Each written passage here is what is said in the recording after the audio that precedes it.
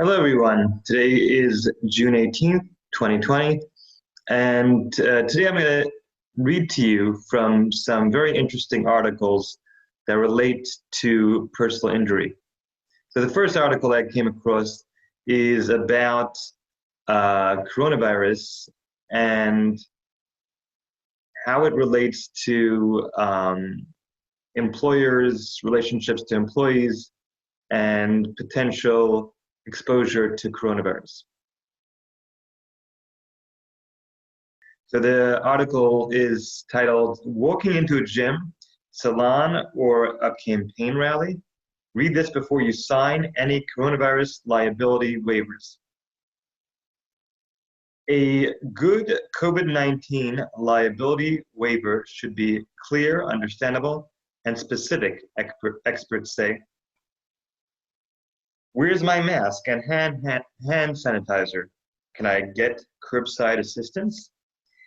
These are some of the questions people face before performing even basic tasks and activities in the new version of normalcy during a global pandemic. Increasingly, they also have to ask themselves, should I sign this liability waiver? And by the way, this article is from marketwatch.com. As more states ease social distancing rules in reopening, these liability releases are popping up in some salons, restaurants, gyms, and other establishments trying to guard themselves against a lawsuit blaming them for a coronavirus infection. The releases are also being used at political rallies. Above the link to register for tickets to President Donald Trump's Tulsa, Oklahoma campaign event on Saturday, potential attendees find language saying they are taking on all risks related to exposure to COVID-19 and won't hold the campaign legally responsible for any illness or injury. It's always been a serious step to potentially sign away a right to sue. Waivers have been around for years, covering everything from gym membership to a child's trampoline party. But the decision has more weight than ever as people decide how much risk they want to take on during the outbreak. Generally, liability waivers are part of our lives and part of mainstream, said Chaz Ramenthal, attorney assist segment leader at LegalZoom. But these COVID-19 liability waivers are unique, and we are not really sure it can be enforceable. Republican federal lawmakers have been pushing to give businesses liability protection from lawsuits over coronavirus exposure, and the issue could become a part of another relief bill. But rather than wait for court's decisions or legislation on coronavirus waivers, here's what to consider the next time one is handed to you. What should I look for? What should I look out for with these waivers? There's no set formula on the wording for a COVID-19 liability waiver, experts say, but it should be specific and in clear language, they add. A waiver might touch on 3 points, said Ramathol, who signed one when recently attending an open house. One point may specify the customer is foregoing a chance to sue the business for a future coronavirus infection. Another point will make it clear they are assuming risk. And a third point may ask the customer to affirm they're in good health. The hallmarks of a great waiver are you actually understand the words, said Ramkanthal. LegalZoom offers templates on some documents, but not for a COVID-19 waiver, he noted. A waiver should also be specific about the government health standards the company is trying to follow, said Gary Martin Hayes, an Atlanta-based lawyer representing plaintiffs in personal injury cases. That way, a consumer can know the standards a business is held to, he said. The waiver also shouldn't stop a health insurer from paying for medical coverage if someone contracts COVID-19, Hayes added. A signed waiver doesn't shield businesses from intentionally wrong or reckless conduct or gross negligence, said Hayes. In fact, a business still has a responsibility to take reasonable steps to protect customers and employees, said Elizabeth Melito, Senior Executive Counsel at the National Federation of Independent Business.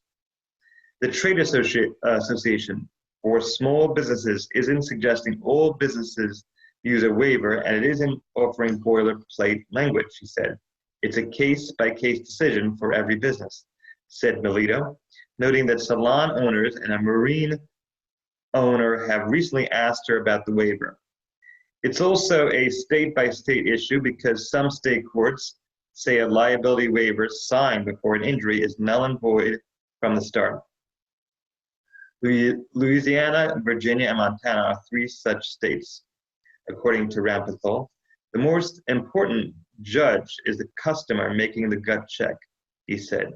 Apart from legal consequences, Rampethal said people should have to ask themselves, do I want this service enough now that I understand that the risk is? Is it still worth it to me to sign this waiver?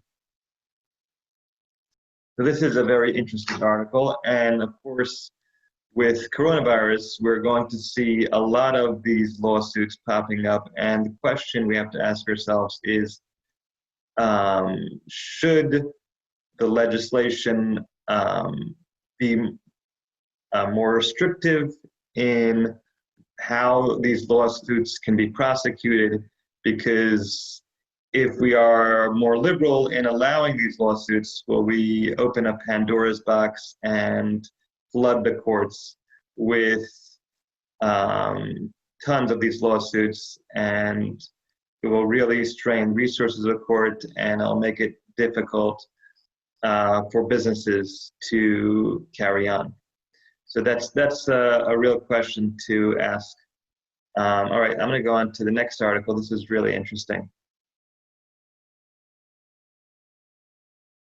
So the next article is from ESPN.com, and it relates to the unfortunate passing of Kobe Bryant and the resulting lawsuit that has popped up afterwards.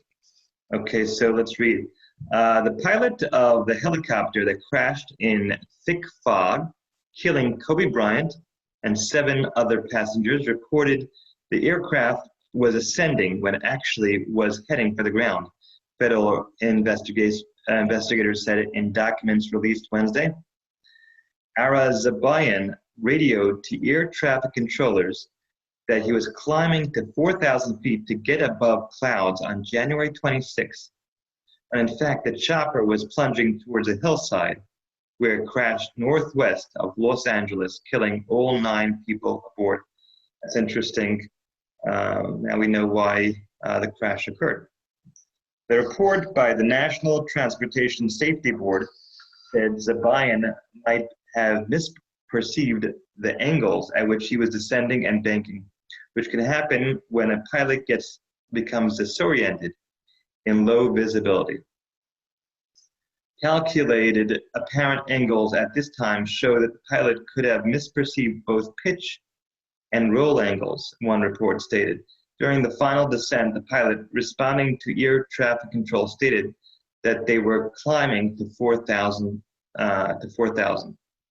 John Cox, an aviation safety consultant, said the helicopter's erratic flight path, the aircraft slowed, climbed, then banked to one side while sinking rapidly, are telltale signs of a pilot disoriented in conditions that make it hard to see terrain or the horizon.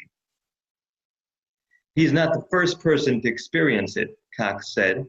It is a significant cause of accidents. The 1,700 page of reports do not offer a conclusion of what caused the crash, but compile factual reports. A final report on the cause is due later. The NTSB said there was no sign of engine failure in the Sikorsky S-76, and the rotor was spinning just before it hit the ground at about 184 miles per hour. The impact caused a crater and scattered debris over an area the size of a football field in the Calabasas Hills. Flames engulfed the wreckage. Bryant, his 13-year-old daughter Gianna, and 6 of their friends were killed, along with Zabayan. About 45 minutes before takeoff, Zabayan had texted a group of people overseeing the flight that the weather was looking okay. Richard Webb, owner of OC Helicopters, which booked the flight, agreed.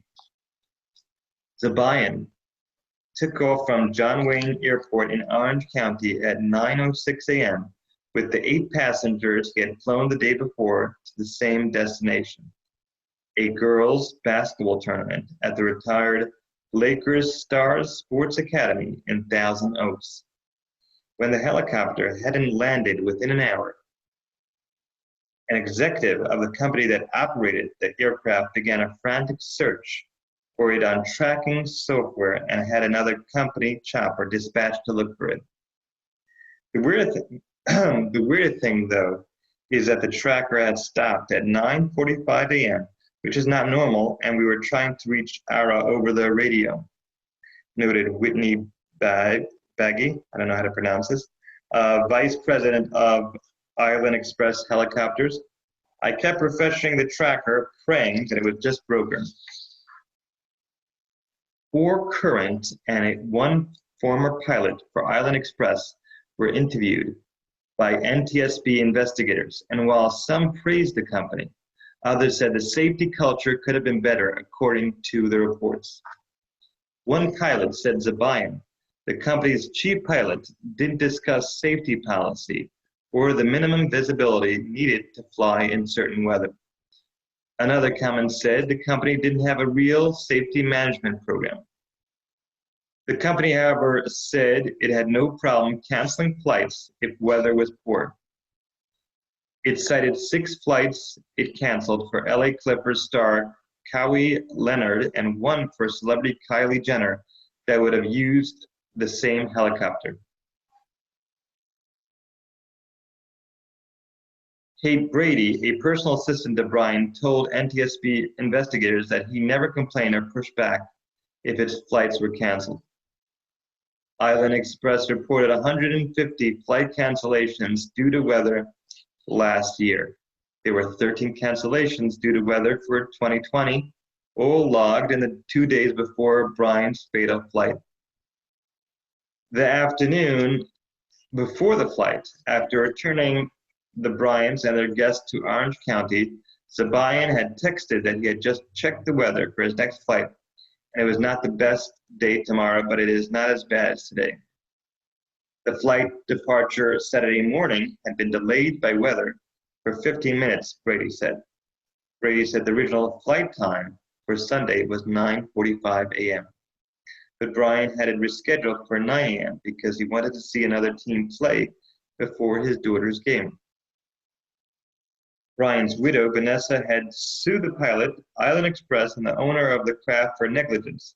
In a lawsuit filed in February, as a star-studded public memorial was held for 20,000 people at Staples Center, where Bryant played most of his career, Vanessa Bryant said the pilot shouldn't have flown in these conditions and should have aborted the flight. Zabayan's brother responded in a court filing that Kobe Bryant knew the risk of helicopter flying, and his survivors aren't entitled to damages from the pilot's estate. Island Express Helicopters has denied responsibility, calling the crash an act of God beyond its control. So I'm going to read a bit further, but I just want to note that this is going to be a major point in the lawsuit, whether in fact the defendants were negligent or not. Should they have canceled those flights? Did they have adequate safety procedures in place or not? And in fact, were those procedures that they had in place followed? So the defendant will try to argue that they were not in fact negligent, that they were careful and this was out of their control. And the plaintiff will argue, no, they were negligent, they should have canceled the flight. and the pilot was negligent as well. So let me continue reading. Autopsies released last month showed Zabayan did not have drugs or alcohol in his system at the time of the crash. The coroner's report said all 9 aboard died from the impact, not the fire that followed. So these are important points. They did the autopsy and they're trying to figure out, was this a result of Zabayan messing up by being intoxicated? And they found out no. If it was a result of him being intoxicated, the question is whether his employer could be responsible as well, if he was acting outside the scope of what he was supposed to be doing. And the report that it died from the impact, not from the fire, might also play a role in the lawsuit. Others killed were Orange Coast College baseball coach John Altobelli, his wife Kerry, and their daughter Alyssa, Christina Mauser, who helped Brian coach his daughter's basketball team, and Sarah Chester and her daughter Peyton. Alyssa and Peyton were Gianna's teammates. Okay, so this is also a factor in lawsuits when it comes to insurance coverage, which is if a defendant has a policy which has a maximum amount that they cover for one occurrence, then it could limit how much all the defendants get. If they have to divide that money amongst themselves, then they might not get very much. As opposed to if there were one person involved in an accident, they would be able to get that full policy. Now you have multiple people, then it turns out to be much less. One of the 40 documents posted by the NTSB includes a 215-page safety report that concludes with an article written by the former president of a helicopter association international titled Land the Damned Helicopter. The late Matt Zucchero wrote the commentary in 2013 after becoming frustrated reading NTSB crash reports and noting that most could have been prevented by a pilot deciding to land as fuel ran low or weather deteriorated. Why don't pilots exercise one of the most unique and valuable capabilities of vertical flight, namely land the damn helicopters, Zucchero wrote. In a high percentage of crashes, this simple act would break the chain of events and prevent the accident. The article was included without any comment from investigators. So that, of course, will be one of the arguments of the plaintiff's side, which is as soon as he got disoriented, the right thing to have done is just land the helicopter right away to avoid any further confusion.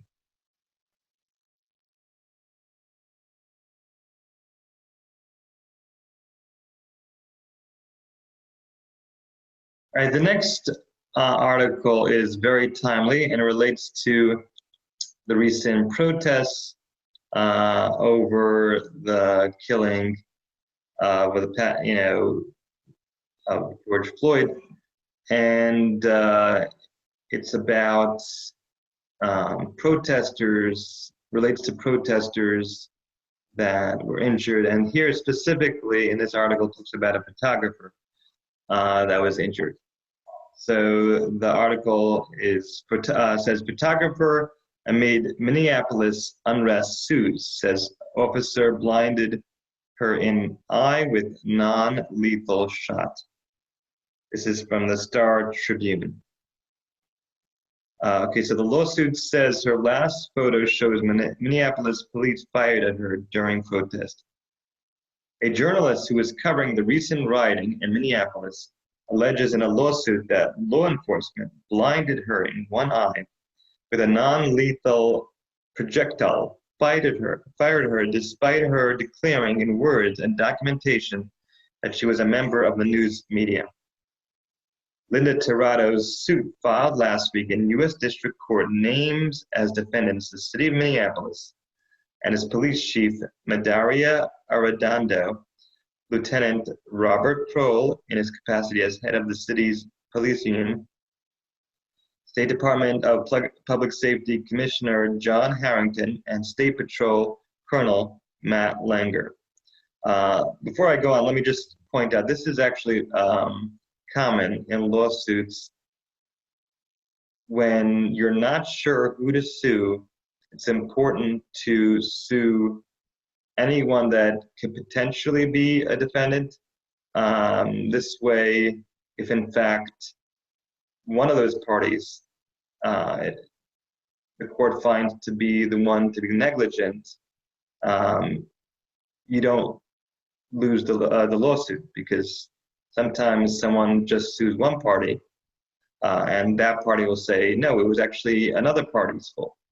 And by the time you find out that the court determined that it's correct, that it was actually another party's fault, the statute of limitations have passed, and you've lost the ability to sue the right party. All right, so let me continue. John Doe's 1 through 4 are also among the defendants, referring to unidentified officers she alleges played a role in her injury soon after curfew on the night of May 29th, when the 37-year-old from Nashville was wounded. The suit does not specify which agency's officers injured Tirado. However, her attorneys told the Star Tribune on Monday that the officers who targeted her were with the Minneapolis Police Department. Tirado's attorneys provided a photograph that they say was her last at the scene, and that it shows Minneapolis officers aiming at her before opening fire. Police spokesman John Elder said in response that it very well could have been us who injured Tirado with a foam bullet, as her attorneys contend. Other than Elder's comments on behalf of the police department, defendants associated with the city have now responded to requests for reaction for Tirado's allegations. While standing between protesters and a line of officers near the 3rd Precinct Police headquarters in South Minneapolis, police ignored the press credential she wore around her neck and first marked her with a ballistic tracking round and then shot her in her face with foam bullets, according to the suit. A bleeding Tirado cried out repeatedly, "I'm pressed," but the police ignored her. The suit continued, while also pointing out that Governor Tim Walz's nighttime curfews during the unrest had exempted on-duty news media. The shot shattered her protective goggles, allowing tear gas to burn her eyes, the filing read. She continued to yell, "I'm pressed," while bleeding, but no law enforcement personnel came to her aid, her suit alleges. Protesters led her to a medic before she was taken to a hospital, where she awoke from surgery and was told she was permanently blind in her left eye. Bruce Gordon, a spokesman for defendants Harrington and Langer, said the State Patrol is unable to discuss the specifics of the litigation.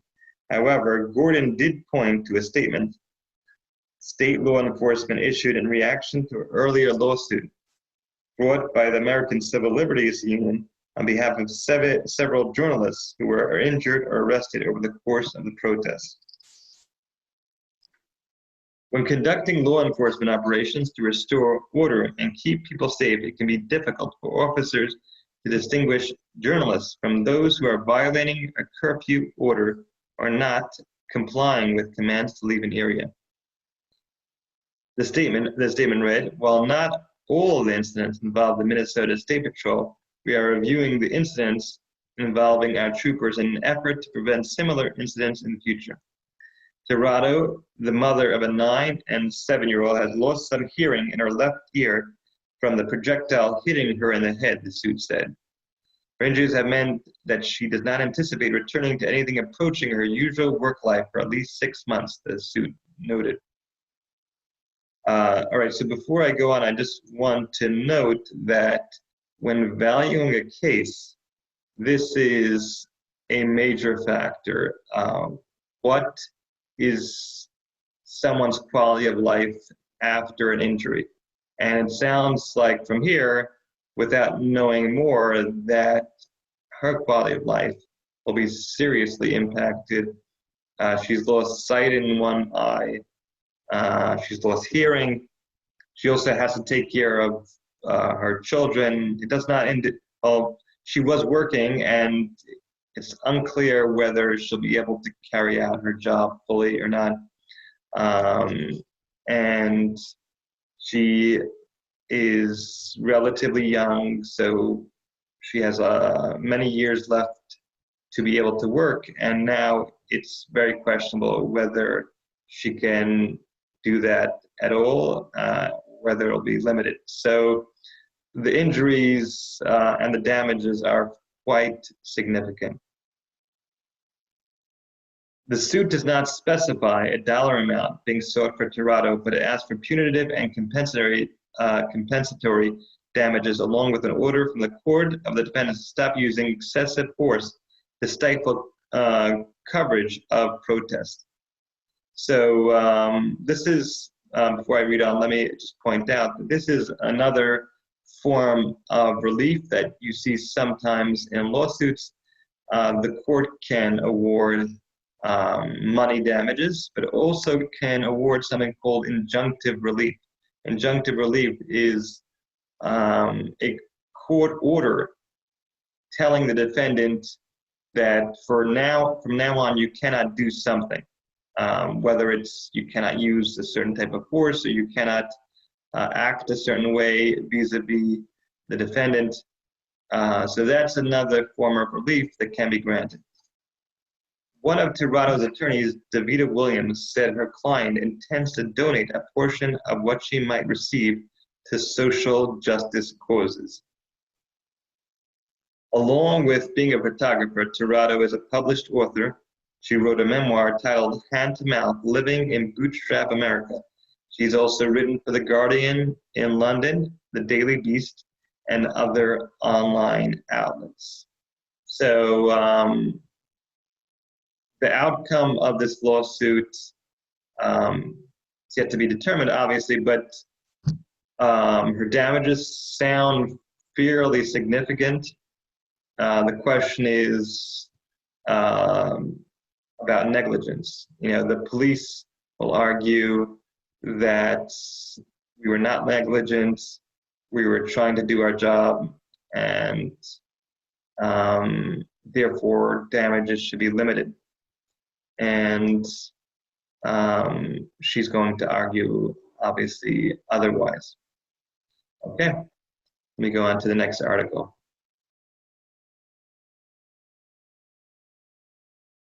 All right, the next article is from Oregon Public Broadcasting, and it relates as well to lawsuits surrounding injuries during the protests that resulted in the killing of George Floyd. And I'm going to read the article, but one of the points that that the protesters are raising is whether there was wrongdoing on the part of the police by using excessive force, and not only that, but there has been ongoing debates over the years whether the police have acquired weapons that are more suitable for the military, and this leads to unnecessary injuries when they're trying to do their policing. Okay, so let me get into it. In recent days, 5 protesters in Portland filed lawsuits against the city, arguing that at different times since last May, all 5 were violently attacked by police using military-style weapons while they were peacefully protesting. So this is a quote, military-style weapons. That's going to be their argument, that they're using weapons that are not appropriate. The civil lawsuits filed in Multnomah County Circuit Court allege battery and seek damages up to $950,000. In addition, each plaintiff is asking a judge for an injunction prohibiting the police from using weapons that launch projectiles. So you see here again this form of relief of an injunction. Injunction means asking that the defendant not do something. And also it's important to know that it's typically, an injunction will typically be an order that the defendant not do something as opposed to do something. It's very hard to enforce a active do something as opposed to order that someone not do something. These lawsuits are not anti-police, said attorney Michael Fuller, who is representing the protesters. It's against police brutality and against unarmed protesters. That is the narrow scope of what we're trying to accomplish. I don't want it to be seen as we're promoting looting or rioting, and we're not anti-police. We just want, people have a right to go out there and peacefully protest.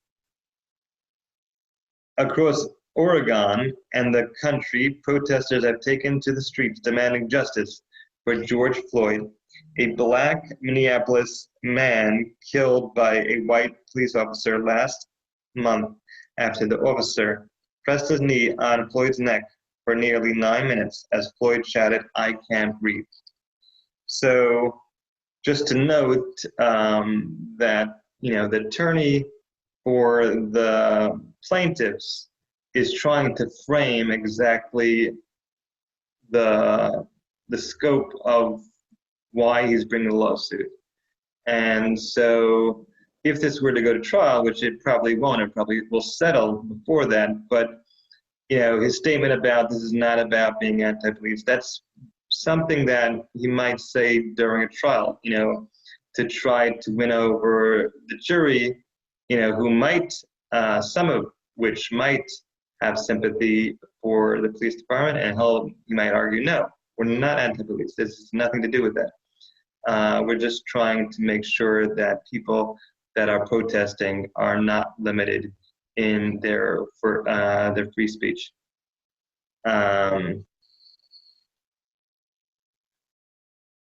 At times in Portland, these protests have centered along a fence that surrounds Multnomah County Justice Center in the city's downtown core.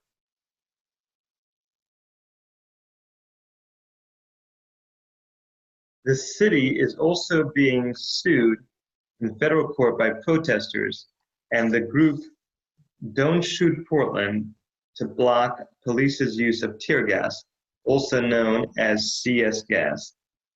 Calling the use of tear gas ugly, Portland Mayor Ted Wheeler signaled last week he wanted to temporarily ban its use, but over the weekend backed off a full ban. I strongly believe that gas should not be used to disperse crowds of non-violent protesters or for general crowd management purposes, the mayor said in a statement Saturday. It should only be used in response to violence that threatens life safety, and there is no other viable alternative for dispersal. The judge in that case is expected to rule Thursday. On Monday, Portland Police Chief Jamie Resch stepped down amid many nights of protests that have ended with police using force to disperse largely peaceful protesters. When asked about the latest lawsuit, the city's attorney's office told OPB it can't comment on pending litigation. So another thing to note that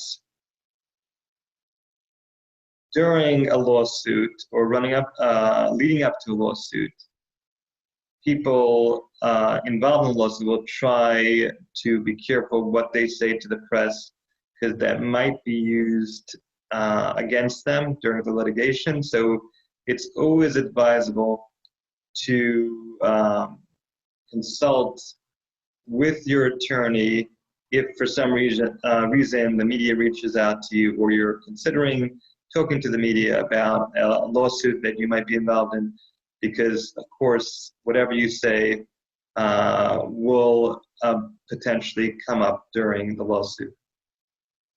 Each of the incidents involving injured protesters took place during different demonstrations, though many of them describe similar scenarios.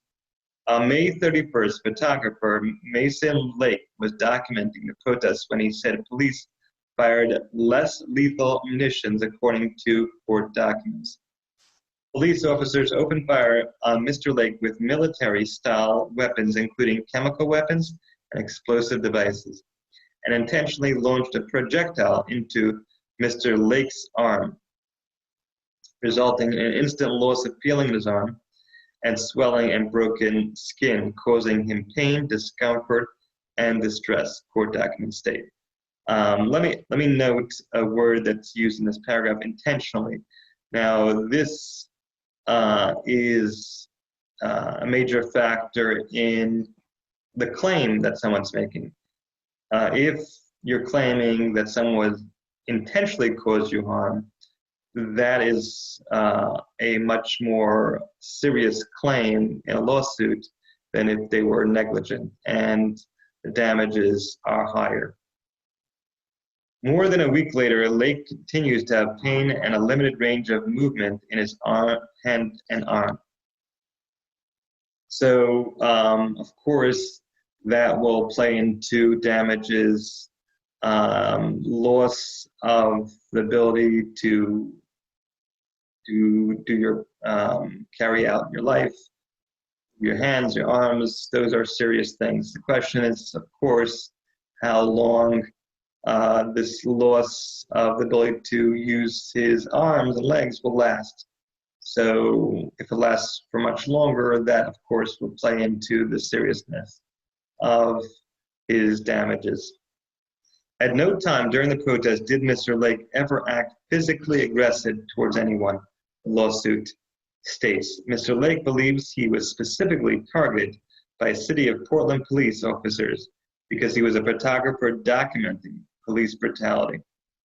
On June 4th, Brandon Farley was at a protest when he alleges Portland police shot him in the knee with a rubber bullet, sending him to the hospital and causing him pain, discomfort, and distress.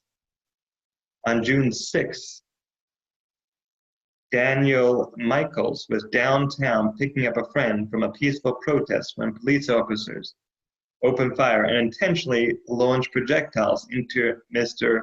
Michaels' leg, rear, and hand, causing him pain, discomfort, and distress, another lawsuit states. At no time during the protest did Mr. Michaels ever act physically aggressive towards anyone. Another protester on June 5th, Julia Leggett, was demonstrating when she alleges police intentionally launched a flashbang grenade at her right leg as she was walking away from officers. The grenade exploded near Mr. Leggett's right leg, shredding her pants, producing hematoma, and requiring immediate medical attention, causing her pain, discomfort, and distress, the lawsuit states. Ms. Leggett continues to experience pain and injury to her leg, which has now become infected. At no time during the protest did Ms. Leggett ever act physically aggressive towards anyone. So we'll see how these lawsuits turn out. And of course, these are important developments because they will play a major role in whether the police department will have to change their tactics and start using different ways of controlling protests, and it might change what exactly the police's standard of care is when dealing with these protesters. All right, so the next article is from the Orlando Sentinel, and it's discussing a lawsuit against Disney World. and it's about someone that got injured there. So this is a perfect time to bring out something called the forum selection clause. When you'll see sometimes in the fine print of contracts something called a forum selection clause, which is basically, it states if you have a lawsuit against that party, where specifically that lawsuit can be brought. And there are a number of reasons why the person wants to restrict where you want to bring that lawsuit. Number one can be because where the defendants are located, so it's easier for them to defend a lawsuit in that area where they're located. But another major reason is because certain jurisdictions might be more sympathetic to the defendant. So they have an interest in trying to push the lawsuit to be adjudicated in that specific location. So the forum selection clause is an incredibly powerful tool that's used and can have a major factor in a lawsuit. So, for example, in the article I'm about to read about a lawsuit against Disney World, you could imagine if a lawsuit is brought against Disney World in Orlando, the jury will be far more sympathetic, and the judge, for that matter, will be far more sympathetic to Disney World, the defendant, than if it would be brought in a different area, a different county, because Disney World is a major boost for the economy in Orlando, and they employ thousands of people. So any lawyer that's bringing this lawsuit would obviously want to see if they could have it transferred to another area. But then again, the judge might restrict their ability to have it transferred to another county. And there might be restrictions in place as well. When you buy a ticket, it might actually state on the ticket that you're restricted to bring the lawsuit in the county in which Disney World is located in, as opposed to another county. So let me read here. College athlete sues Disney World saying he lost a season after being run over by a scooter. An accident during his Disney World vacation cost a college basketball player his season, a new lawsuit filed against the theme park alleges. As David Maynard walked through Hollywood Studios, an electric scooter driver approached from behind and ran into him in May 2018, the lawsuit says. The crash severed 97% of his left Achilles tendon, which required surgery and extensive physical rehabilitation, the suit says. So I want to point out a few things. First of all, whenever a lawsuit involves surgery, the value of that case goes up significantly. So, and that's just because for practical reasons, the court needs a way to measure exactly what those damages are. So they put up certain benchmarks for exactly how to value the case. So one of the benchmarks is, was there surgery or not? Another of the benchmarks is how young that plaintiff is, because we want to see exactly how the rest of his life will be affected. And another benchmark is how has the injury affected his life, and specifically his ability to make a living. So in this case, his injury to his Achilles tendon directly affects what he does, which is he's a college basketball player. So that's pretty significant. You can imagine that Disney World faces many potential lawsuits from injuries. They have millions of people that visit their parks, and so they take these lawsuits fairly seriously, and they also have an interest in trying to limit the potential fallout from damages from these lawsuits, because they don't want unlimited exposure to financial losses due to litigation. They don't want to be tied up with litigation constantly. On the other hand, of course, they have to worry about their image.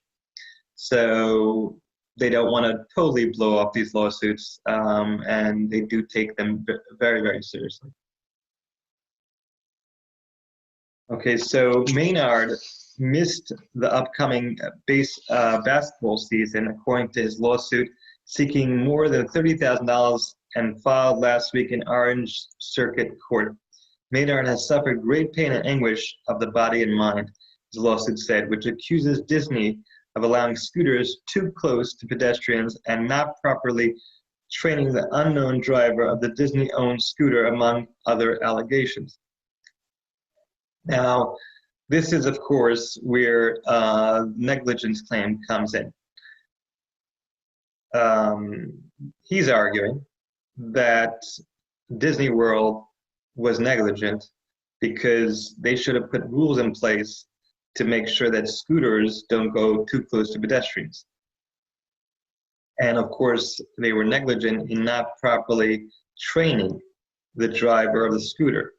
So, of course, they'll argue that it's not our fault. The person that drove the scooter is the one that caused the damages. So that's going to be the tug of war between them. What exactly were their duties? And did they fail those duties? When reached for comment, Disney spokeswoman Andrea Finger said, "This is a matter between two guests, and we will respond to the allegations as appropriate in court."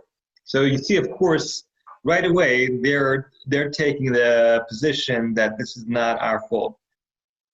This was another guest's fault, totally out of our control. When reached for comment, the lawsuit gives clues where Maynard plays, but doesn't explicitly say which school, other than to reveal that he is a Utah resident who attends college in New York.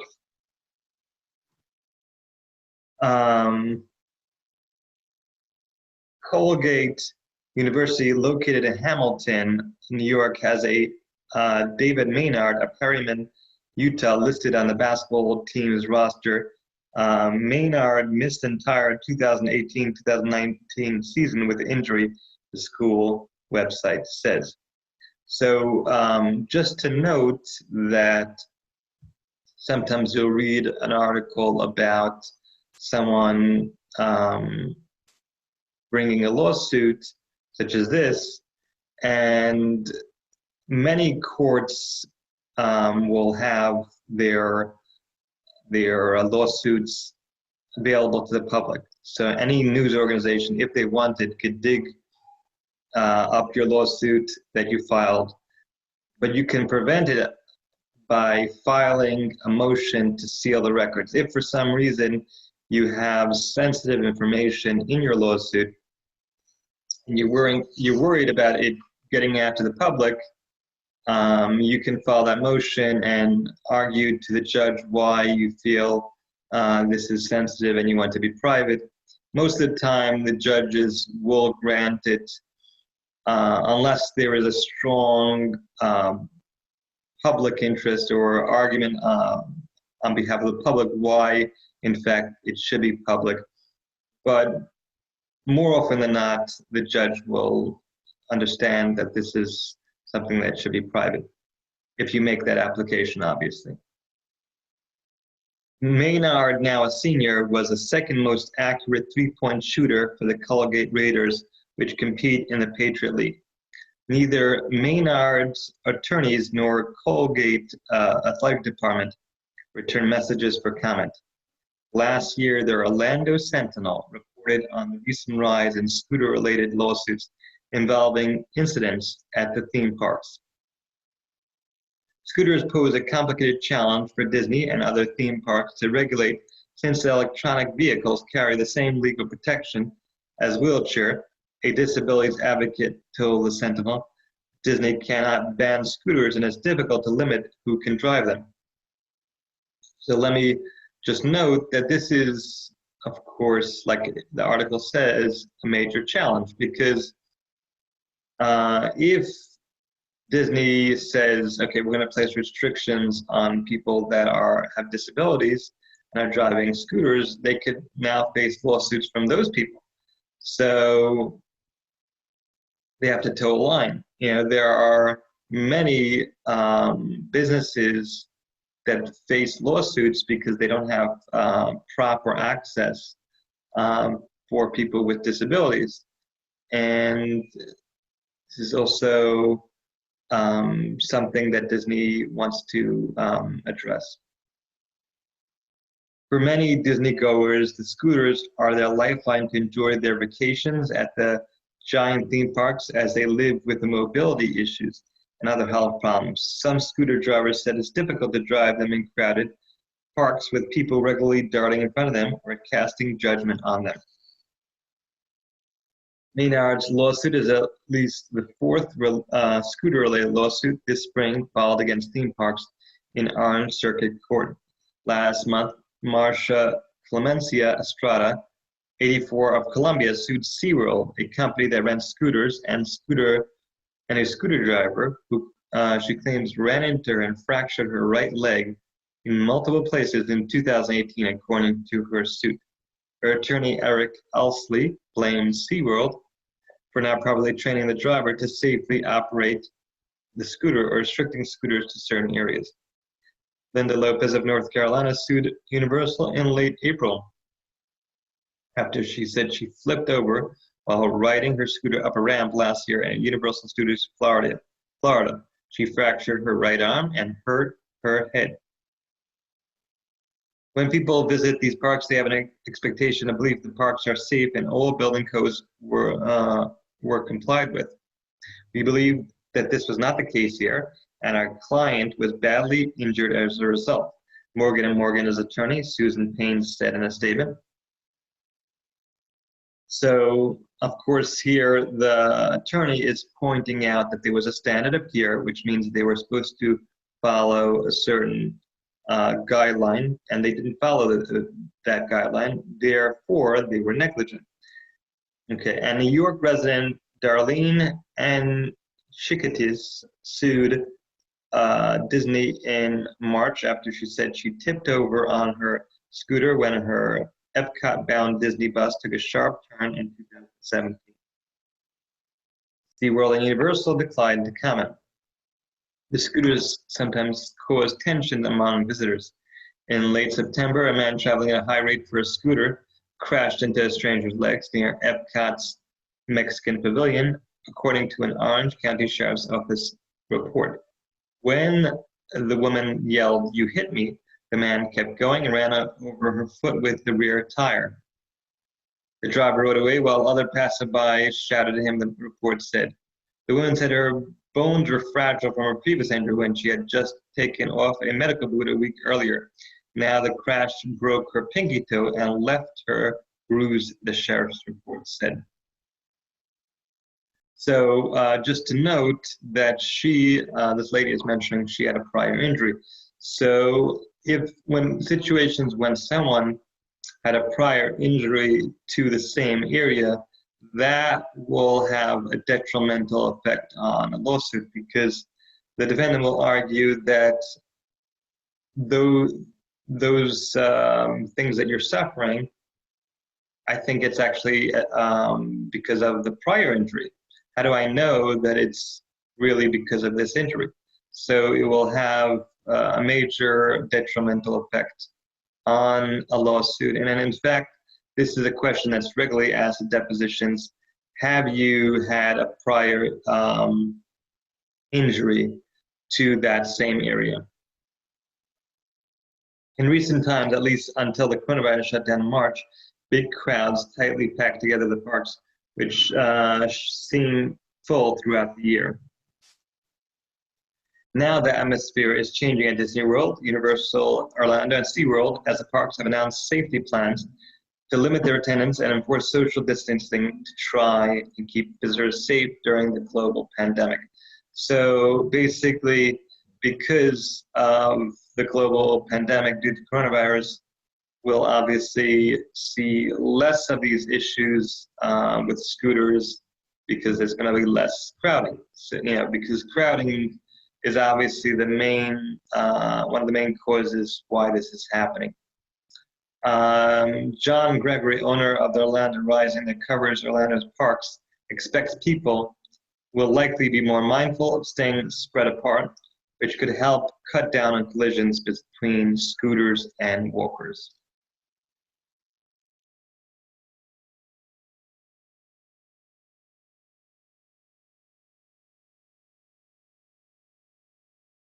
All right, so the next article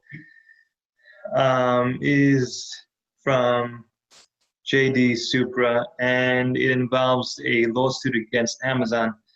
Now, Amazon is one of the biggest companies in the world, and you can imagine they're constantly facing litigation, and so any lawsuit against them can have far-reaching consequences, and so this is quite interesting. Recently, in McMillan versus Amazon.com, the United States District Court for the Southern District of Texas ruled that Amazon.com could be held liable as a seller under Texas product liability statute for injuries caused by defective products sold by a third-party vendor on its website. Although the court's analysis is based on Texas law, the decision puts one more chink in Amazon's armor. So this has wide-reaching ramifications. Amazon sells incredible amount of products, and if they're responsible for things that are defective over things that they sell on their platform, this raises the cost of doing business dramatically, because that means they have to check every single product that's being sold. And their argument all along is, we're just a middleman and we have no responsibility over what's being sold. And it's also helped them expand tremendously because it's helped them shift responsibility to all those sellers that use those their platform. In McMillan, the plaintiff, Morgan McMillan, alleged that a generic Apple TV remote purchased on Amazon caused permanent injuries to her 19-year-old daughter. Now, before I go on, I just want to make another point, which is that when you're suing someone, the deeper the pockets of the defendant, the more you'll have the ability to recover a more significant damages. So in this case, if they had sued the actual seller might not actually have any money, or they might have very limited money. So obviously the plaintiff has much greater interest in suing Amazon, who has very, very deep pockets. All right, so let me continue. McMillan's husband ordered the remote from a third-party vendor on Amazon, ZG, which is located in China. The battery fell out of the remote and was swallowed by McMillan's daughter, who suffered permanent damage to her esophagus. Now, just another point here is that here the seller is in China. So what's the likelihood that you'll be able to recover anything from a party that's not even located in this country? Then again, if a party that is located in a different country does business in this country, they are subject to, you can sue them. You can, in fact, sue them in this country. You can, if they did business in New York by selling something to someone in New York, you can sue them in the courts in New York. So the only problem is whether you'll be able to actually get them to show up, and you'll be able to enforce the judgment because they're located in a different country, and it's going to be very difficult to enforce any judgment, especially if they have very limited assets. If you have a much larger company that is in China or a different country, then of course it's a different story, because that company does do a lot of business in this country, and they might have assets in this country. So in that situation, yes, it would be beneficial to sue them even though they're located in a different country. But it's questionable whether that's the case here. So Macmillan then filed a lawsuit against Amazon and Zichi for strict liability, negligence, and breach of implied warranties. Zichi did not respond to the lawsuit, which is not surprising. They might, have zero interest in showing up, paying their lawyer, when it's questionable whether you can enforce the judgment against them.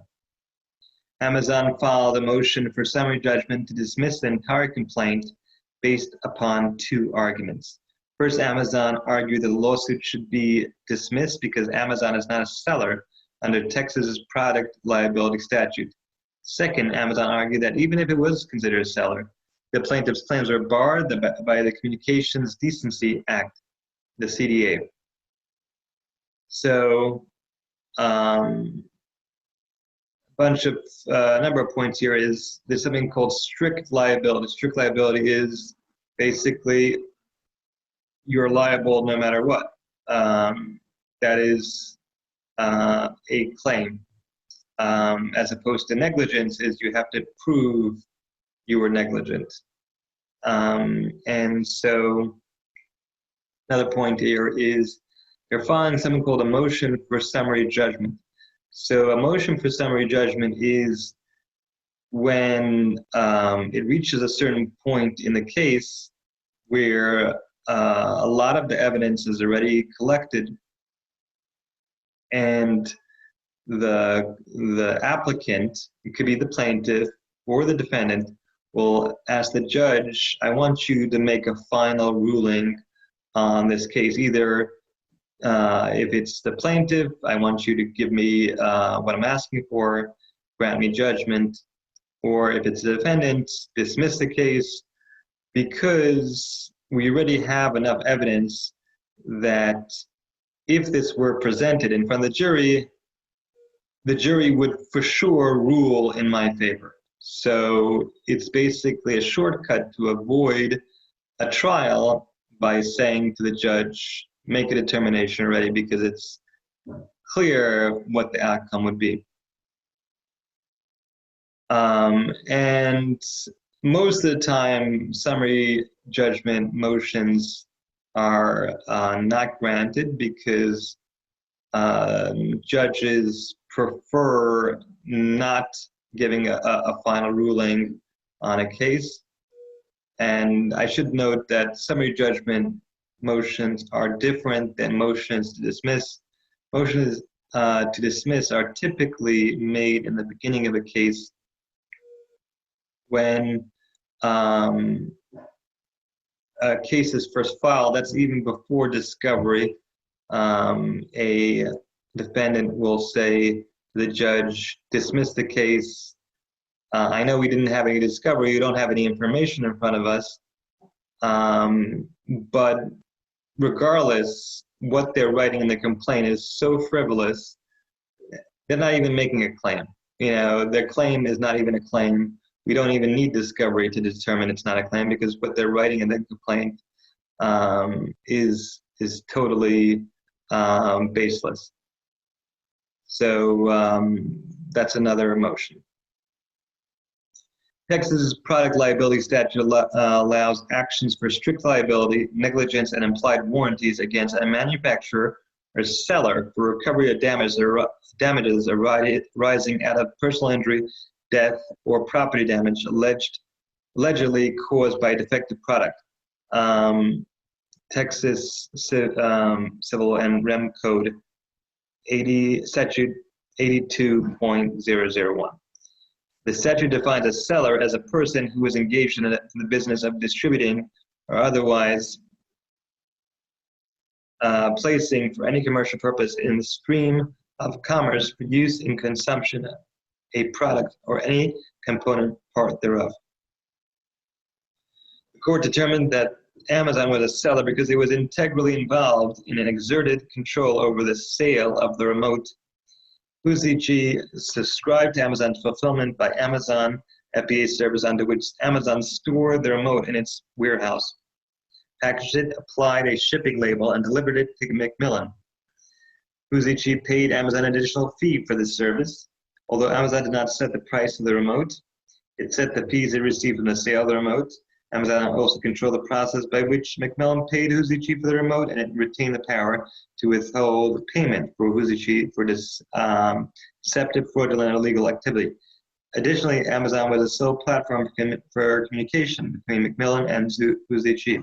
On these facts, the court determined that the Amazon was an integral component in the chain of distribution and was engaged in the business of placing the remote into the stream of commerce.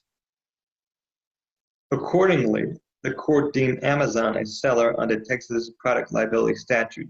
Therefore, Macmillan's claims were allowed to proceed.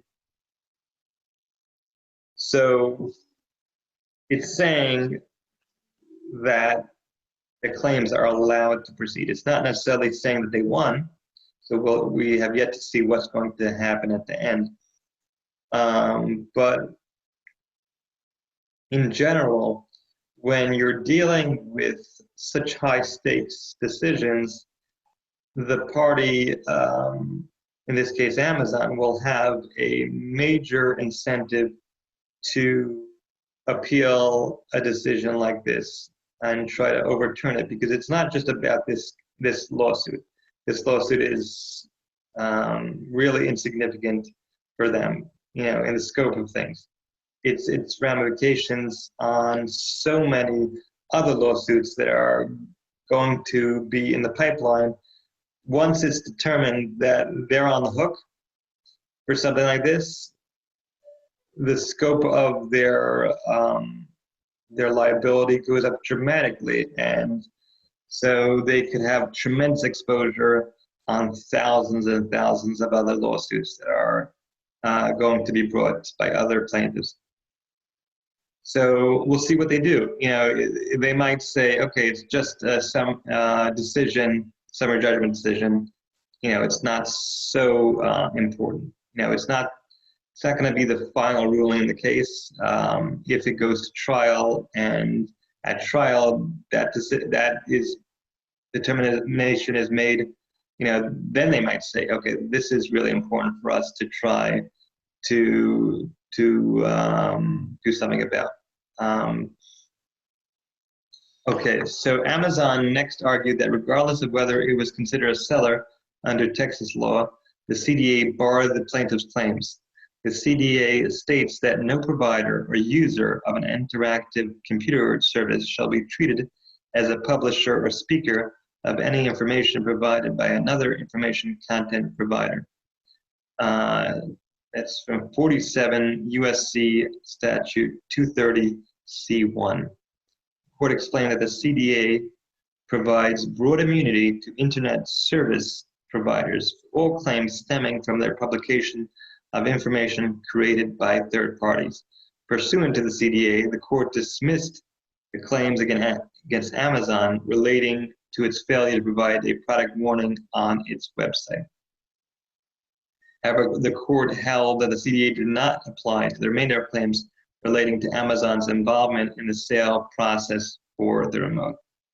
So it looks like that Amazon was successful to some extent because they had some claims that were brought against them dismissed.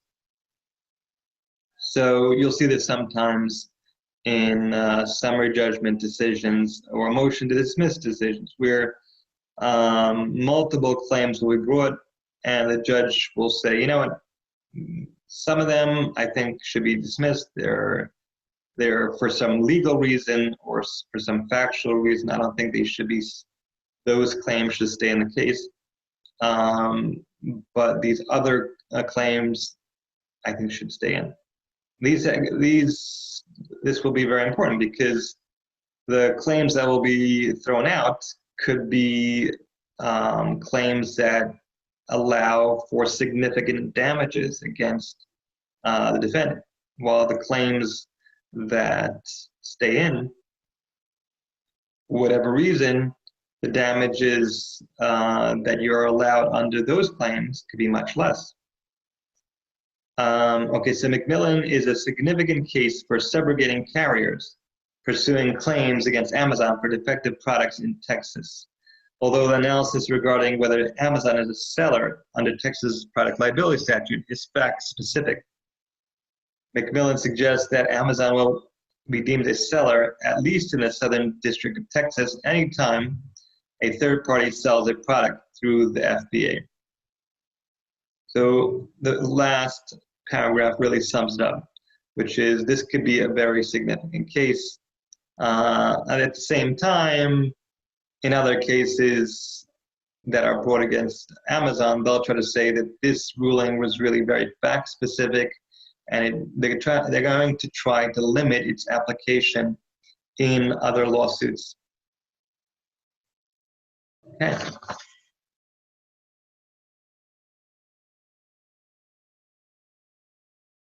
All right, so the next article is from the Santa Monica Daily Press, and this article is also about injuries related to scooters. So a local personal injury lawyer filed a lawsuit earlier this month against Santa Monica-based scooter company Bird, alleging the company deploys poorly manufactured and maintained devices. The lawsuit from McGee, Lehrer, and Associates alleges more than 24 Bird riders and chargers suffered severe injuries relating from defective Bird brakes, wheels, throttles, and handlebars. The complaint also alleges that Xiaomi and Segway manufactured defective scooters. Okay, so just important to note that when you're bringing a products liability lawsuit, if you're saying that something was defective with the product, it's a much more involved lawsuit than if you were to say, okay, I tripped over a sidewalk or something like that, because when you're dealing with a products liability lawsuit, you need to hire experts. These experts are going to have to be able to testify, okay, this is exactly how the product should have been made, and this is how they deferred from that standard. So the cost of bringing this lawsuit is a bit higher, and it's a bit more complex. Okay, Bird has been cutting corners for years with its scooters, plain and simple. Her attorney, Mike Arias, said in her press release, nationwide, people have suffered serious injuries, required emergency room care, expensive surgeries, and ongoing therapy because this gig economy company has been ignoring its customers' safety while it rakes in profits. The plaintiff named in the mass tort complaint filed May 15 said they experienced brake or throttle failures while they were near moving vehicles. Several of the plaintiffs had injuries that required surgery, such as broken wrists, arms, and ankles. So again, I want to note that when they're having that surgery, that's obviously making the case much more significant. According to the lawsuit, Los Angeles resident Lisa Birdsley suffered a broken wrist, road rash, and injuries to her neck and shoulder with when a Bird scooter's brakes failed at an intersection in the mid-city neighborhood of Los Angeles. The complaint also alleges that Bird fails to properly maintain its scooters and incentivizes chargers to not report broken and dysfunctional scooters because chargers are not paid if they inform Bird that scooters need to be removed from circulation. Santa Monica resident Fahim Kamrani, who worked for Bird as a charger, was forced to jump off a Bird's scooter when the brakes failed as she approached an intersection. She fractured her collarbone, cut her scalp, and sprained her neck, according to the lawsuit. Kamrani said she was riding a scooter to determine how it had been damaged because Bird had not told her the nature of the issue. Bird, which would not immediately be reached for comment, has been the target of safety complaints in the past. It launched the most iteration of its scooter, the Bird 2, last August, which included safety features such as a tip-proof kickstand and damage sensors. A little less than a year earlier, Mickey Lehrer and Associate filed a class action lawsuit against Bird, accusing the company of negligently deploying scooters on city sidewalks, failing to ensure that the scooters were safe to ride. So, one thing when it comes to these lawsuits relating to the safety of devices is the question of whether these safety measures can be implemented and what are the costs of these safety measures, and is it practical to enforce them? So if you were to have one company, say, that would start enforcing these safety measures, and you say, okay, we see clearly that it's practical for one scooter company to deploy such measures, and it's not unreasonable, then it'll be very hard to argue that this other company that didn't do it, it was unreasonable to enforce it, it was too costly. So that's going to be a major factor when you're looking at products liability lawsuits is what are those safety measures they could have done, and was it reasonable? Was it too costly? If it was, how come another company was able to do it and you didn't? So, all right, so let's read on. Last February, a former Bird mechanic filed a lawsuit alleging that Bird fired him because he spoke up about safety issues. The company is now one of two scooter companies authorized to operate in Santa Monica. In September 2018, the city kicked off a shared mobility pilot program that allowed Bird, Lyft, Lime, and Jump to deploy devices in Santa Monica.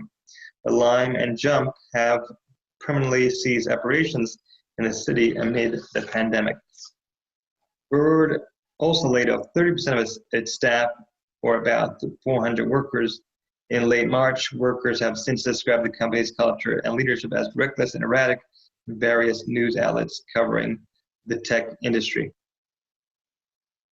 So we'll see how these lawsuits turn out.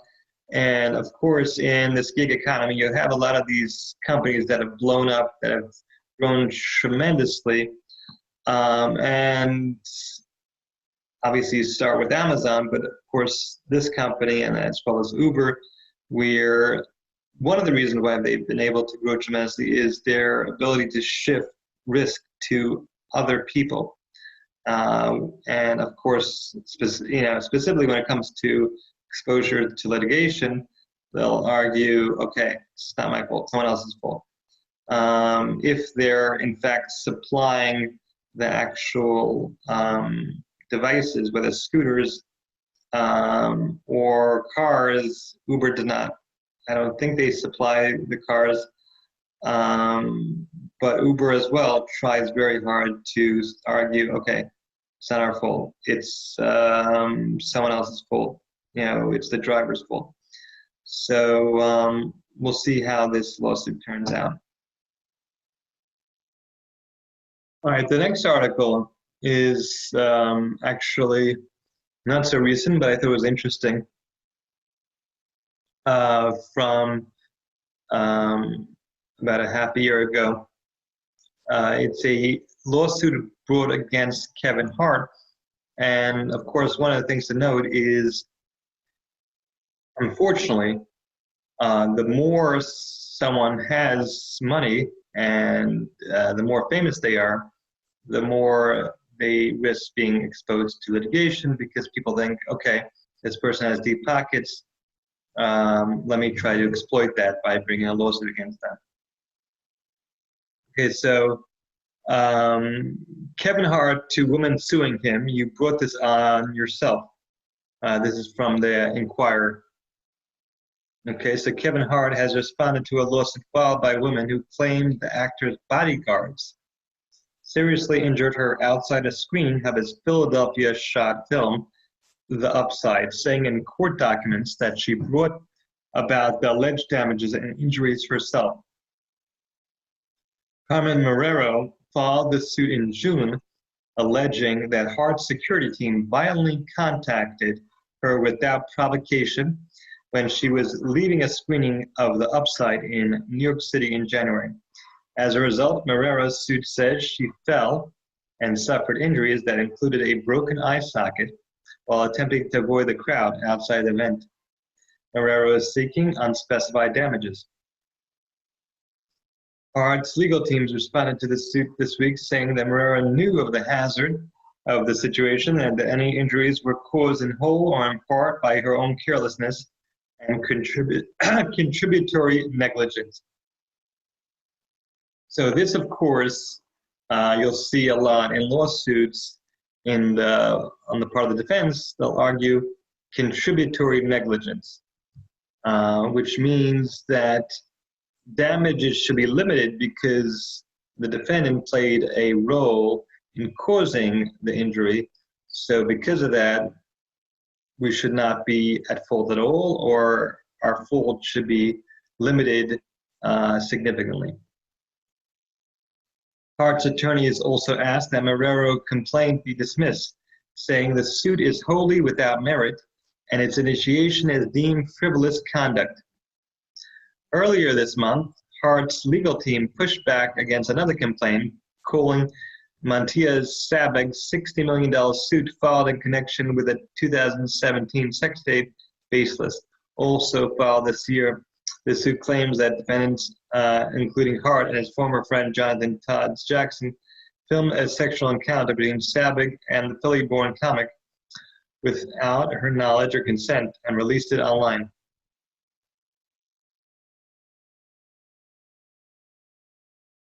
Sabeg's initial claim was dismissed in September over procedural issues, and she refiled the claim. So that amended complaint was also dismissed, and Sabeg has asked for an extension to file a second amended complaint, saying she had been involved in resolution talks with several defendants in the case, but not with Hart. So just about this procedural thing, where Sabeg's claim got dismissed, a lot of times you'll see a case get thrown out, or a defendant succeed not because of factual issues or because they have their side has merit, because of some technicality where they discovered certain statute which is in their favor and limits the plaintiff's ability to maneuver. So in this case, Hart's side was successful in getting the case thrown out because of some technical reason, maybe the way the wording of the complaint was crafted, or one of the cause of action was not supposed to be brought. So they decided, okay, we'll bring it again and we'll state another cause of action that hopefully will not get thrown out. So they amended the complaint, which means they changed the wording of the complaint, and they might have changed what causes of action were included. Plaintiff is improperly attempting to drag out the litigation in order to delay the inevitable determination that her claims are in fact baseless, Hart's attorney said in court documents. Sabig filed another amended complaint this week, court records indicate. So here she is trying to amend the complaint a second time. So that is harder to do. To amend it once, the court will give you latitude, but you're going to have to argue it should be a second time. It's going to be more of an uphill battle. The court is not going to let you endlessly amend your complaint. This will put the defendant in an unfair position where they're constantly having to defend your case because you keep on trying to change complaint and hope eventually it will go through. So just in New York, I'm not talking about this specific case because it's in, I don't think it's in New York. It might have been in New York, but in general, when you file a lawsuit in New York, you can amend it within a certain amount of days without getting court approval. But if you want to amend it a second time, you will need court approval. And if a certain amount of time elapses and you haven't amended it, you will need court approval in order to amend it.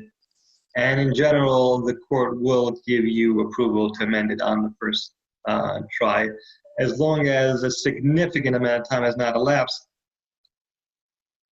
If a significant amount of time has elapsed, then of course it's a different story because the defense will say, okay, we weren't put on notice of this now. A lot of the discovery is done, and now you're trying to throw in this new claim. It's putting us in an unfair position. That's going to be the defendant's argument why it shouldn't be allowed to be amended. Okay, Hart has only recently begun making his way back to the public eye following a car crash in September, which he suffered serious injuries. Earlier this month, he accepted an honor from the E's Public Choice Awards in his first public appearance since the crash. First and foremost, thank God, because I definitely don't have to be here, Hart said at the ceremony. Being that I am, it makes me appreciate life even more. It makes me appreciate the things that really matter. Family. I want to thank my wife and kids who really stepped up to the plate for me.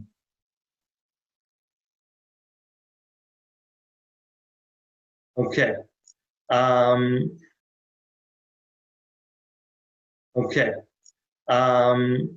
The next article is about a celebrity named singer named Meatloaf, which obviously is not his real name. Meatloaf sues Dallas Hotel Convention after fall from stage that he's still recovering from. So this is from the Dallas News. The lawsuit says he has been unable to perform after seriously injuring his neck, shoulder, and collarbone last year. All right, so the singer Meatloaf is suing a Dallas hotel and a horror convention after a fall from a stage last year when he said left him seriously injured and unable to perform. The lawsuit filed Monday in Tarrant County District Court names the Hyatt hotel chain and Texas Frightmare Weekend as defendants and seek unspecified monetary damages. In a court filing, the singer, whose legal name is Michael Aday, argues that the defendants profited off his fame but did not provide a safe environment at the May convention at the Hyatt Regency DFW Hotel. Aday, 72, a Nashville resident, was one of the top billed celebrities at the convention. In addition to his singing career, he has acted in a number of movies and TV shows, including the Rocky Horror Picture Show and Fight Club. So, in separate court filings, Hyatt and the convention denied having any responsibility for the fall.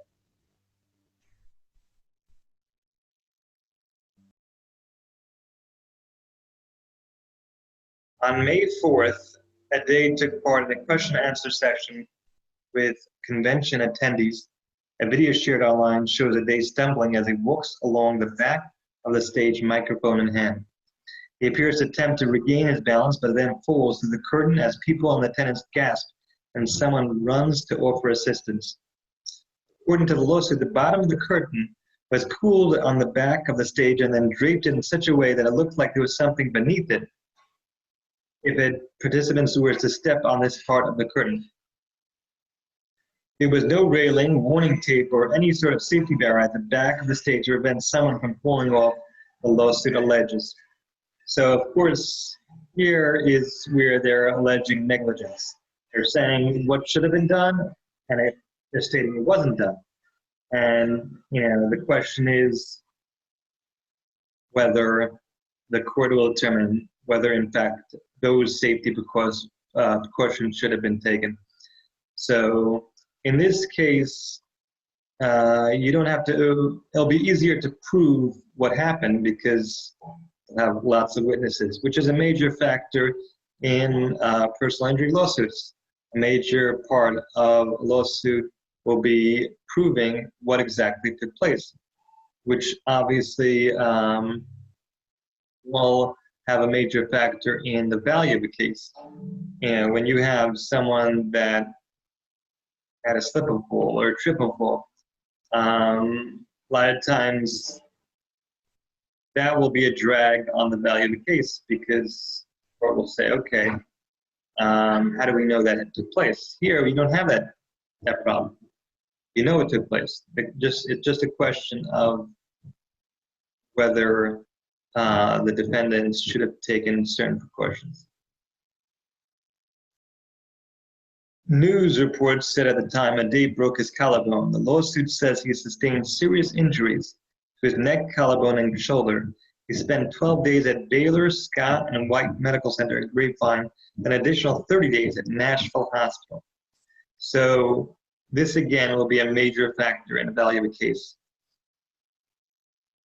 When a person right away goes to hospital and spends significant time being immobilized in the hospital, that's also a major factor in the value of the case.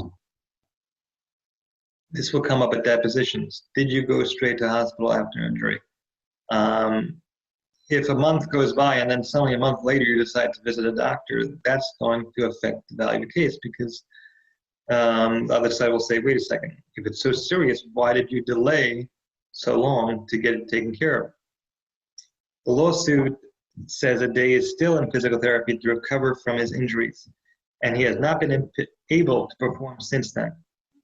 In a Facebook post the same day as the fall, Texas Frightener Weekend wrote that Adai is a trooper, and we are praying for a speedy recovery. The post also said he was confirmed to return to the 2020 convention. He's not listed as guest on the convention's website. The convention's response to the lawsuit claimed that Adai's fall was totally due to his not being careful and not paying attention to where he was going, that he was suffering from other health problems that probably contributed to the accident. He also said the hospital was responsible for setting up the stage. So here is going are a few of their defenses, which is basically it's not my fault, it's your fault. You should have been more careful, or alternatively, it's not my responsibility, it's the hotel's responsibility. But they're trying to shift blame to the hotel. So I'm assuming, I didn't see the court documents, but I'm assuming that he sued the hotel as well because that's just good legal practice. You sue as many of the parties as possible because just in case one party tries to blame another, your case won't be messed over. And also, again, another tack they're taking is it might have been related to your health issues.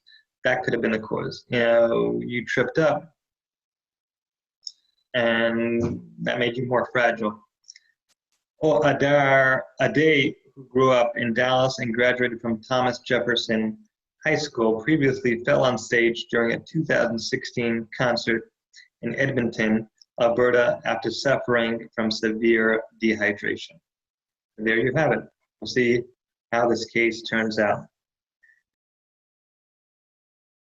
Most likely, of course, the parties will settle. And I'm assuming that this convention has insurance. You know, it sounds like a fairly large operation, and any business of that size must have insurance. All right, here's another article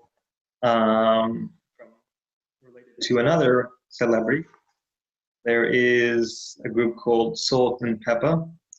And so one of the parties from this group, Peppa, it says, Peppa from Salt-N-Pepa sues Uber driver car crash. So the title is Car Crash Screwed with My Job.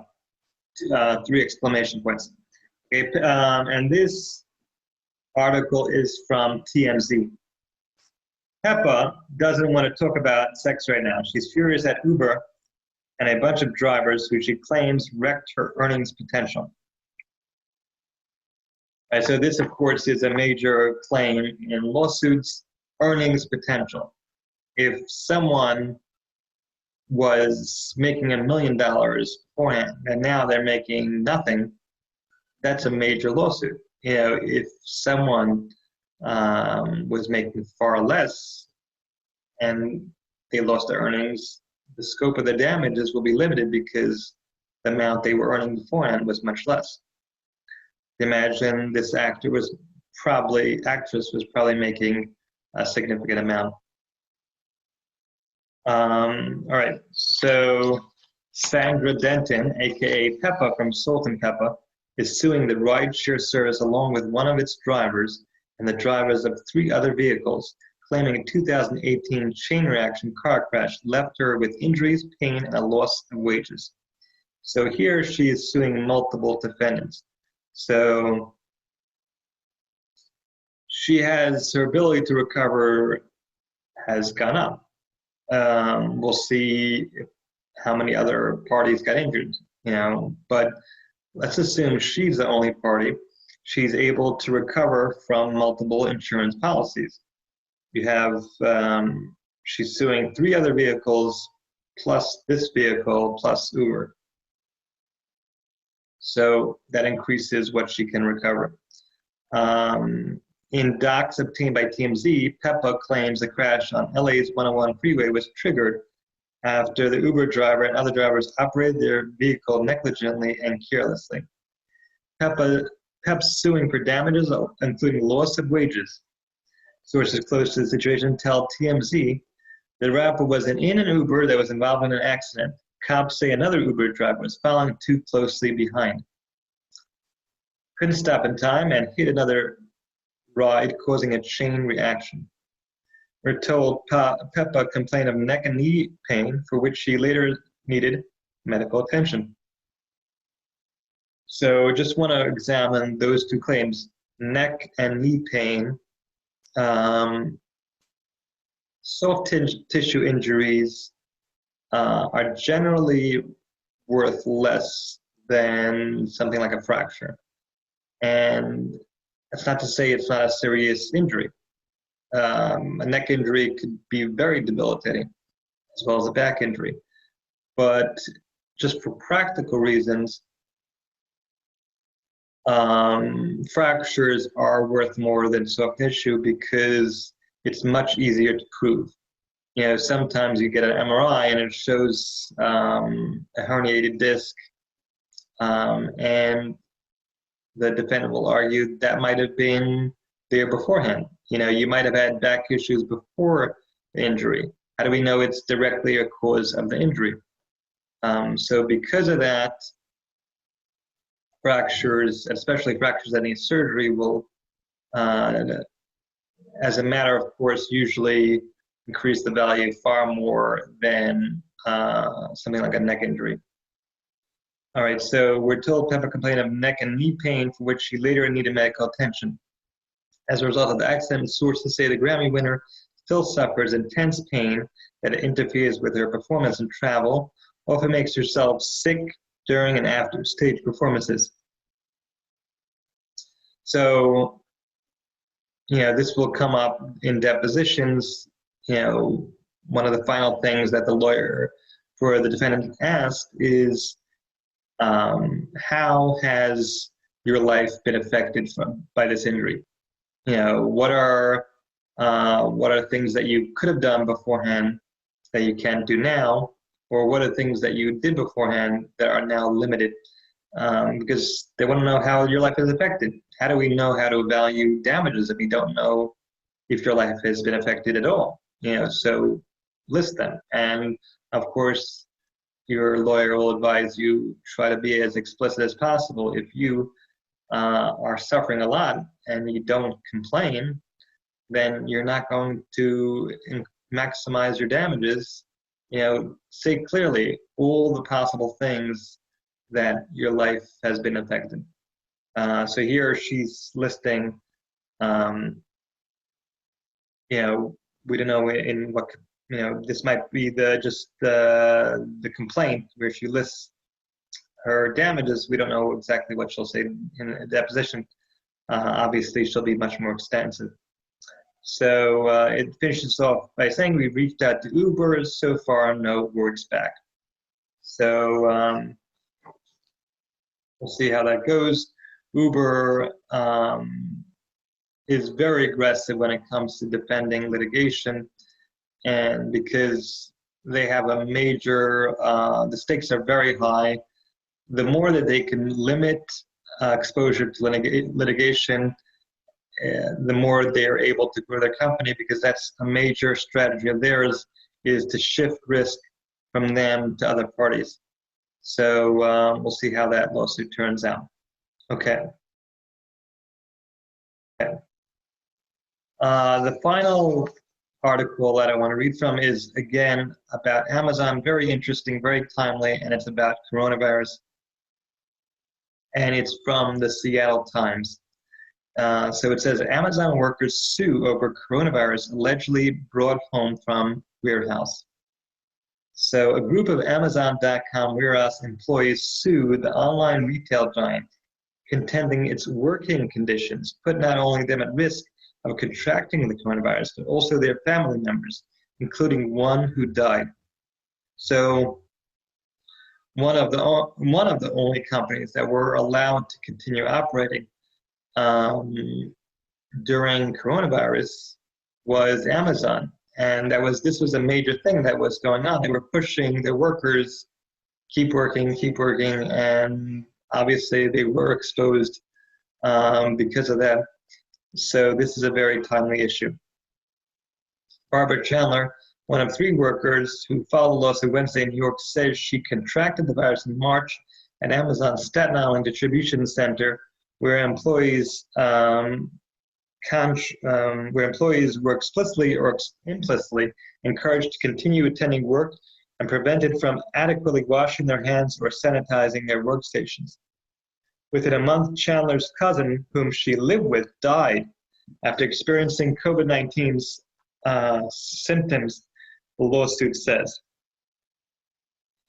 The suggestion that working conditions at the facility contributed to a specific third-party death distinguishes Wednesday's lawsuit from other coronavirus-related complaints filed against Amazon in recent months. This is an interesting turn of events here. Not only are they being sued for potential injury to their worker, now there's a whole chain of events. They're being sued. Another party got injured indirectly. So, this issue is probably going to come up again with lawsuits that are going to start popping up due to things related to coronavirus. So it'll be very interesting to see how the courts determine, is it going to be endless? If there's an endless chain of people that contract the coronavirus, is the defendant responsible for the 10th person that contracted it after a whole chain of people? You might have argument for the second person, but maybe after a certain time, no. So I think there's a strong argument to say that the second person shouldn't have a claim, because then you open up a Pandora's box, of thousands of people that could bring a claim against the defendant.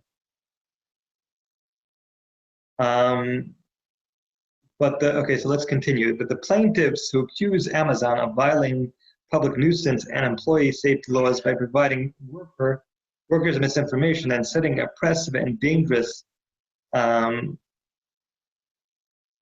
hourly quotas and discipline policies are not seeking damages for illness or death.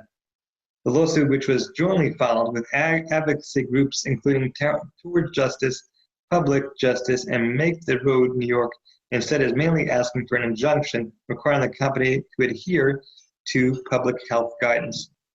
Amazon, through its spokeswoman, said it is reviewing the complaint. Amazon emerged as an indispensable service for many customers shopping online during shelter-in-place orders. The company scrambled to meet surging demand by hiring 175,000 workers while simultaneously announcing new procedures to protect its workforce. According to Amazon, more than 150 processes have been updated to protect employees, and the company is spending more than $800 million in the first half of 2020 on coronavirus safety measures. Workers diagnosed with the virus are also being offered additional paid time off, the company has said. So you're going to see over the coming months, many companies, including Amazon, are going to try to stay ahead of the ball, because it's unclear what the standard of care is for protecting workers and other people from coronavirus is. So we don't know yet what a company's responsibility is to protect their workers from coronavirus. And because of that, these companies are trying to err on the side of caution, and they're instituting their own requirements. In this case, Amazon is spending $800 million just in 6 months just to protect their workers. So they're hoping to limit their exposure to litigation because of that. All right, let's continue. But Wednesday's lawsuit says Amazon has only sought to create a facade of compliance and continue with unsafe practices.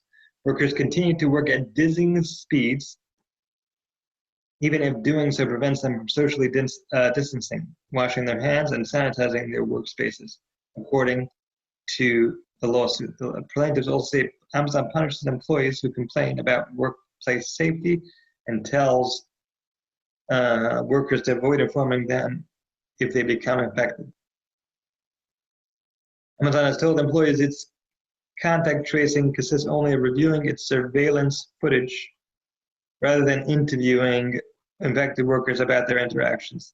The lawsuit says Amazon failures have already caused injury and death to workers and family members of workers, the lawsuit said, noting that a worker at the Staten Island warehouse has been confirmed to have died from COVID-19. The Staten Island warehouse has been a focus of health and safety complaints since March, when employees mounted the first of a series of walkouts. Amazon terminated the leader of the walkout, saying he violated a company quarantine order. Action spurred denunciation that calls for investigations by officials, including Senator Bernie Sanders and New York Attorney General Letitia James.